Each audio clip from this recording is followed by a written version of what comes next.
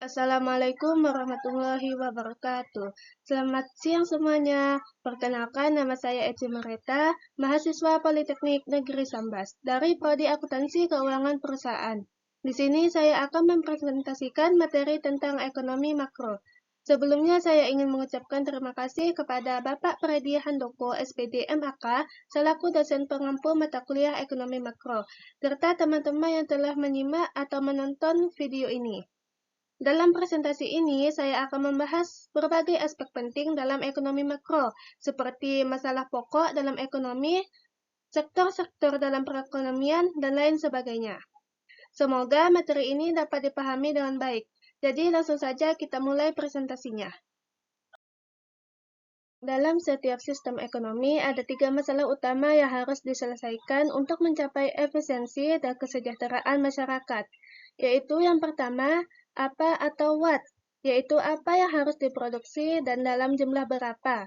Ini menentukan barang dan jasa apa yang harus diproduksi, serta dalam jumlah berapa, bergantung pada kebutuhan dan keinginan masyarakat. Yang kedua yaitu bagaimana atau how, yaitu bagaimana sumber-sumber ekonomi yang tersedia harus digunakan untuk memproduksi. Ini memutuskan cara terbaik untuk menggunakan sumber daya yang terbatas agar produksi berlangsung secara efisien.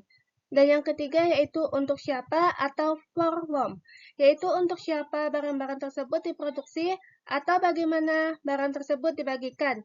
Ini menentukan siapa yang akan mendapatkan barang dan jasa yang diproduksi, yang berkaitan dengan distribusi pendapatan dan kesejahteraan. Selanjutnya yaitu pembahasan tentang masalah dalam ekonomi makro. Dalam ekonomi makro ada 2 masalah utama, yaitu yang pertama masalah stabilisasi dan yang kedua masalah pertumbuhan.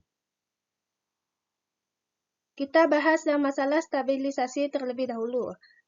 Masalah stabilisasi adalah masalah jangka pendek yang meliputi inflasi, pengangguran, dan neraca pembayaran. Inflasi adalah kenaikan harga barang dan jasa yang dapat menurunkan daya beli masyarakat. Pengangguran adalah kondisi di mana banyak tenaga kerja tidak mendapatkan pekerjaan. Dan neraca pembayaran adalah yang menunjukkan aliran transaksi ekonomi suatu negara dengan negara lain. Kemudian, yang masalah kedua yaitu masalah pertumbuhan. Masalah pertumbuhan adalah masalah jangka panjang yang meliputi pertumbuhan penduduk, kapasitas produksi, dan investasi. Pertumbuhan penduduk ini adalah yang mempengaruhi ketersediaan tenaga kerja dan konsumsi. Kapasitas produksi yaitu kemampuan suatu negara dalam menghasilkan barang dan jasa. Dan investasi yaitu yang berperan dalam pertumbuhan ekonomi. Selanjutnya tentang perekonomian nasional.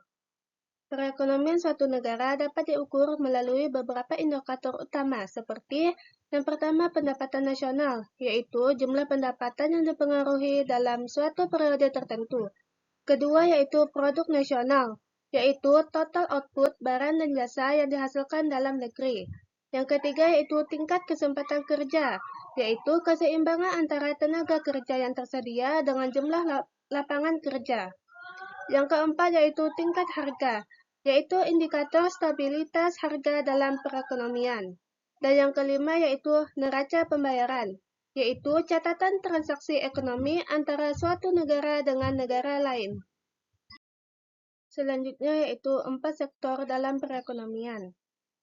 Perekonomian terdiri dari 4 sektor utama yang saling berinteraksi, yaitu yang pertama sektor keluarga. Sektor keluarga adalah konsumen utama yang berperan dalam permintaan barang dan jasa. Kedua, sektor perusahaan. Sektor perusahaan adalah produsen yang menciptakan barang dan jasa. Ketiga, sektor pemerintah. Sektor pemerintah adalah yang mengatur ekonomi melalui kebijakan fiskal dan moneter. Keempat, sektor perdagangan luar negeri, yang mencakup ekspor dan impor yang mempengaruhi keseimbangan ekonomi nasional. Selanjutnya tentang 5 pelaku makro. Dalam ekonomi makro, terdapat 5 pelaku utama yang berperan dalam aktivitas ekonomi, yaitu yang pertama rumah tangga. Rumah tangga adalah konsumen yang mengalokasikan pendapatan untuk konsumsi dan tabungan. Kedua yaitu produsen, yaitu pihak yang memproduksi barang dan jasa. Ketiga, pemerintah, yaitu yang mengatur dan mengawasi perekonomian melalui kebijakan ekonomi. Keempat yaitu lembaga-lembaga keuangan, yaitu yang menyediakan fasilitas keuangan seperti tabungan dan kredit. Dan yang kelima yaitu negara lain, yang berperan dalam perdagangan internasional dan aliran modal. Nah, sekarang kita bahas satu persatu peran pelaku makro, yaitu yang pertama rumah tangga. Rumah tangga memiliki beberapa peran penting dalam ekonomi, di antaranya yaitu yang pertama, menerima penghasilan dari produsen, yaitu sebagai upah dan dividen. Kedua, menerima penghasilan dari tabungan. Ketiga, membelanjakan penghasilan di pasar barang. Keempat, menyisihkan penghasilan untuk ditabung.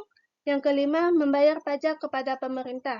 Dan yang keenam, perlu uang untuk kebutuhan sehari-hari. Selanjutnya kita bahas peran produsen. Produsen bertugas mengolah faktor produksi menjadi barang dan jasa untuk memenuhi kebutuhan masyarakat dengan aktivitas utama, yaitu yang pertama, memproduksi dan menjual barang dan jasa. Kedua, menyewa faktor-faktor produksi seperti tenaga kerja dan modal. Yang ketiga, mengajukan kredit usaha untuk ekspansi dan pengembangan bisnis. Dan yang keempat, memerlukan tenaga kerja. Selanjutnya, peran pemerintah. Pemerintah memiliki peran penting dalam menjaga keseimbangan ekonomi melalui yang pertama, menarik pajak. Menarik pajak sebagai sumber pendapatan negara. Kedua, memberikan subsidi. Memberikan subsidi untuk mendukung industri tertentu. Yang ketiga, membeli barang-barang. Membeli barang dan jasa guna memenuhi kebutuhan publik. Yang keempat, meminjam uang dari luar negeri. Meminjam uang dari luar negeri untuk proyek pembangunan. Yang kelima, menjual surat-surat berharga sebagai instrumen keuangan. Selanjutnya, peran lembaga keuangan. Lembaga keuangan membantu mengelola aliran uang dalam perekonomian dengan pertama, menerima simpanan dalam bentuk tabungan dan deposito dari RT. Yang kedua, menyediakan kredit bagi masyarakat dan dunia usaha. Yang ketiga, mengatur siklusi uang di dalam negeri atau menyediakan uang. Selanjutnya, peran negara lain. Negara lain berkontribusi dalam perekonomian melalui aktivitas berikut. Yang pertama, membeli barang-barang atau impor. Mengimpor barang dan jasa yang tidak dapat diproduksi di dalam negeri. Yang kedua, menjual barang-barang atau ekspor. Mengekspor barang ke luar negeri sebagai sumber devisa. Dan yang ketiga, menyediakan kredit atau pinjaman. Menyediakan kredit atau pinjaman antar negara. Selanjutnya, pembahasan tentang 4 pasar. Pasar dalam ekonomi terbagi menjadi 4, yaitu yang pertama pasar barang, yaitu tempat jual beli barang dan jasa. Yang kedua, pasar uang, yaitu pasar yang menyediakan instrumen keuangan dan transaksi perbankan. Yang ketiga, pasar tenaga kerja, yaitu tempat interaksi antara pencari kerja dan penyedia lapangan kerja. Dan yang keempat yaitu pasar luar negeri, yaitu yang berhubungan dengan perdagangan internasional. Komponen dalam pasar luar negeri meliputi yang pertama neraca perdagangan, yaitu perbandingan ekspor dan impor. Yang kedua dasar penukaran luar negeri, rasio harga ekspor terhadap harga impor. Dan terakhir cadangan devisa, yaitu jumlah mata uang asing yang dimiliki negara. Pembahasan yang selanjutnya yaitu tentang pendapatan nasional. Pendapatan nasional mencerminkan kesejahteraan ekonomi suatu negara. Beberapa manfaatnya adalah pertama, jumlah pendapatan yang diterima oleh seluruh rumah tangga keluarga di suatu negara dari penyerahan faktor-faktor produksi dalam satu periode, biasanya selama 1 tahun. Yang kedua yaitu salah satu indikator untuk mengukur laju pembangunan dan perkembangan tingkat kesejahteraan suatu negara dari waktu ke waktu. Ketiga, indikator arah, tujuan, dan struktur perekonomian suatu negara. Dan yang keempat, produk domestik bruto atau PDB, baik atas dasar harga berlaku maupun dasar harga konstan, menjadi salah satu indikator penting untuk mengetahui kondisi ekonomi di suatu negara dalam suatu periode tertentu. Oke, sekarang masuk ke pembahasan selanjutnya, yaitu tentang pendapatan nasional. Pendapatan nasional ini dibagi menjadi 3 pendekatan, yaitu yang pertama pendekatan produksi, kedua pendekatan pendapatan, dan yang ketiga pendekatan pengeluaran. Pendekatan produksi adalah menghitung total nilai tambah dari semua sektor produksi dalam perekonomian. Pendekatan pendapatan adalah menjumlahkan pendapatan yang diterima oleh faktor produksi, dan yang pendekatan pengeluaran adalah menilai total pengeluaran konsumsi, investasi, dan perdagangan luar negeri. Sekarang kita bahas satu persatu pendekatan tadi. Yang pertama yaitu pendekatan produksi. Pendekatan produksi membagi sektor ekonomi menjadi 9 lapangan usaha utama, yaitu yang pertama pertanian, peternakan, kehutanan, dan perikanan. Kedua, pertambangan dan penggalian. Ketiga, industri pengolahan. Keempat, listrik, gas, dan air bersih. Kelima, konstruksi. Keenam, perdagangan, hotel, dan restoran. Ketujuh, pengangkutan dan komunikasi. Kedelapan, keuangan, real estate, dan jasa perusahaan. Kesembilan, jasa-jasa termasuk jasa pelayanan pemerintah. Nah, setiap sektor tersebut dirinci lagi menjadi sub-subsektor. Selanjutnya adalah pembahasan tentang pendekatan pendapatan. Pendekatan pendapatan dalam perhitungan pendapatan nasional didasarkan pada jumlah balas jasa yang diterima oleh faktor-faktor produksi yang ikut serta dalam proses produksi di suatu negara dalam jangka waktu tertentu, biasanya 1 tahun. Balas jasa faktor produksi yang dimaksud adalah upah dan gaji, sewa tanah, bunga modal, dan keuntungan. Semuanya sebelum dipotong pajak penghasilan dan pajak langsung lainnya. Dalam definisi ini, PDB mencakup juga penyusutan dan pajak tidak langsung neto, yaitu pajak tak langsung yang dikurangi dengan subsidi. Selanjutnya, pendekatan pengeluaran. Pendekatan pengeluaran dalam perhitungan pendapatan nasional berfokus pada total pengeluaran yang dilakukan oleh berbagai sektor dalam perekonomian untuk membeli barang dan jasa selama satu periode tertentu. Pendekatan ini mengukur pendapatan nasional yang berdasarkan jumlah uang yang dibelanjakan oleh rumah tangga, perusahaan, pemerintah, dan sektor luar negeri. Komponen pendekatan pengeluaran adalah yang pertama, pengeluaran konsumsi rumah tangga dan lembaga swasta nirlaba. Ini mencakup semua pengeluaran yang dilakukan oleh rumah tangga untuk membeli barang dan jasa, termasuk pengeluaran untuk makan, pakaian, transportasi, kesehatan, pendidikan, dan rekreasi. Yang kedua yaitu pengeluaran konsumsi pemerintah, yaitu yang meliputi belanja pemerintah untuk barang dan jasa publik seperti infrastruktur, kesehatan, pendidikan, serta gaji pegawai negeri. Ketiga, pembentukan modal tetap domestik bruto. Ini mewakili investasi yang dilakukan oleh perusahaan dan pemerintah dalam bentuk pembelian barang modal, seperti mesin, pembangunan, dan peralatan. Dan yang keempat, perubahan inventory. Ini mengukur perubahan stok barang yang belum terjual atau bahan baku yang disimpan oleh perusahaan. Jika stok barang meningkat, berarti ada produksi yang belum terjual, sehingga menambah PDB. Dan yang kelima, ekspor neto. Ekspor neto adalah nilai barang dan jasa yang dijual ke luar negeri.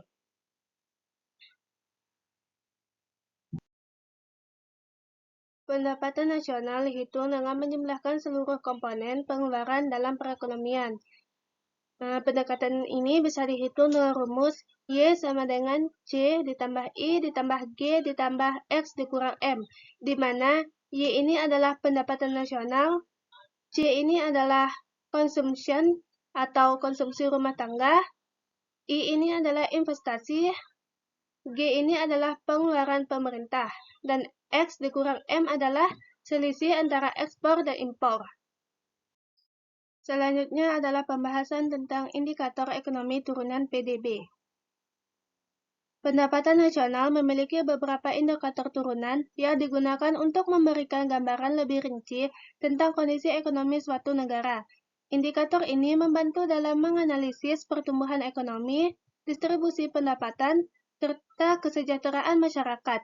Berikut adalah beberapa indikator ekonomi turunan dari produk domestik bruto. Yang pertama, produk nasional bruto. Produk nasional bruto dihitung dengan menambahkan pendapatan neto dari luar negeri ke dalam negeri. Yang kedua adalah produk nasional neto, atas dasar harga pasar. Produk nasional neto dihitung dengan mengurangi seluruh penyusutan barang modal tetap dari PDB. Ketiga, produk nasional neto atas dasar biaya faktor produksi. Produksi nasional neto atas dasar harga pasar dikurangi dengan pajak tidak langsung neto, atau pajak tak langsung yang dikurangi dengan subsidi. Yang keempat yaitu angka per kapita. Indikator ekonomi seperti PDB dan PNB dapat dihitung per kapita dengan membagi nilai totalnya dengan jumlah penduduk pertengahan tahun. Angka ini memberikan gambaran lebih akurat tentang tingkat kesejahteraan rata-rata masyarakat suatu negara. PDB per kapita sering digunakan untuk membandingkan standar hidup antara negara dan melihat perkembangan kesejahteraan ekonomi dari waktu ke waktu. Selanjutnya yaitu pembahasan tentang manfaat perhitungan pendapatan nasional. Pendapatan nasional tidak hanya digunakan untuk mengukur total pendapatan suatu negara, tetapi juga memiliki berbagai manfaat dalam menganalisis dan memahami kondisi ekonomi. Berikut adalah beberapa manfaat utama dari perhitungan pendapatan nasional. Yang pertama yaitu mengetahui struktur ekonomi. Dengan menganalisis pendapatan nasional, kita dapat mengetahui sektor-sektor utama yang berkontribusi terhadap perekonomian. Misalnya, apakah perekonomian suatu negara lebih bergantung pada sektor pertanian, industri, atau jasa. Kedua yaitu mengetahui perkembangan ekonomi. Perubahan dalam pendapatan nasional dari tahun ke tahun dapat menunjukkan apakah suatu negara mengalami pertumbuhan atau kemunduran ekonomi. Jika pendapatan nasional meningkat, berarti ekonomi berkembang dan kesejahteraan masyarakat cenderung membaik. Sebaliknya, jika menurun, maka ekonomi sedang mengalami kontraksi. Yang ketiga yaitu membandingkan perekonomian antar wilayah atau negara atau daerah. Pendapatan nasional memungkinkan perbandingan kondisi ekonomi antar wilayah dalam suatu negara atau antar negara di dunia. Dengan membandingkan PDB atau PNB per kapita, kita bisa mengetahui negara mana yang memiliki standar hidup lebih tinggi. Yang keempat, sebagai dasar pengambilan kebijakan. Data pendapatan nasional menjadi acuan bagi pemerintah dalam merancang kebijakan ekonomi, seperti kebijakan fiskal, serta kebijakan moneter. Misalnya, jika pertumbuhan ekonomi melambat, pemerintah bisa meningkatkan pengeluaran atau memberikan insentif pajak untuk mendorong investasi dari konsumsi masyarakat. Dengan memahami pendapatan nasional, pemerintah dapat membentuk kebijakan yang lebih efektif untuk meningkatkan kesejahteraan masyarakat dan stabilitas ekonomi. Selanjutnya, pembahasan tentang tujuan kebijakan ekonomi makro. Kebijakan ekonomi makro bertujuan untuk menciptakan keseimbangan dan pertumbuhan ekonomi yang berkelanjutan. Pemerintah menggunakan berbagai instrumen kebijakan untuk mencapai kondisi ekonomi yang stabil dan meningkatkan kesejahteraan masyarakat. Berikut adalah beberapa tujuan utama kebijakan ekonomi makro. Yang pertama, meningkatkan tingkat pendapatan nasional. Pertumbuhan ekonomi yang tinggi akan meningkatkan jumlah barang dan jasa yang dihasilkan, sehingga mendapatkan national real juga meningkat. Kedua yaitu meningkatkan kesempatan kerja. Dengan tingkat pengangguran yang rendah, kesejahteraan masyarakat meningkat, dan daya beli pun lebih baik. Ketiga, menjaga stabilitas ekonomi. Inflasi yang terkendali dan kondisi ekonomi yang stabil akan menciptakan iklim investasi yang baik serta meningkatkan kepercayaan pelaku ekonomi. Yang keempat, meningkatkan kapasitas produk nasional. Pemanfaatan sumber daya yang optimal mendorong peningkatan kapasitas produksi, sehingga perekonomian dapat tumbuh secara berkelanjutan. Kelima, distribusi pendapatan merata. Pemerataan pendapatan bertujuan untuk mengurangi kesenjangan sosial. dan meningkatkan kesejahteraan seluruh lapisan masyarakat. Keenam, menyeimbangkan neraca pembayaran. Dengan menjaga keseimbangan antara ekspor dan impor, negara dapat menghindari defisit yang berlebihan serta mempertahankan stabilitas nilai tukar. Kebijakan ekonomi makro ini sangat penting dalam menjaga pertumbuhan ekonomi yang sehat dan menciptakan kesejahteraan bagi seluruh masyarakat. Baik, selesai sudah presentasi saya pada kali ini. Semoga materi yang saya sampaikan dapat menambah wawasan kita semua. Jika ada kesalahan, saya mohon maaf. Akhir kata dari saya, wabillahi taufiq walhidayah. Wassalamualaikum warahmatullahi wabarakatuh.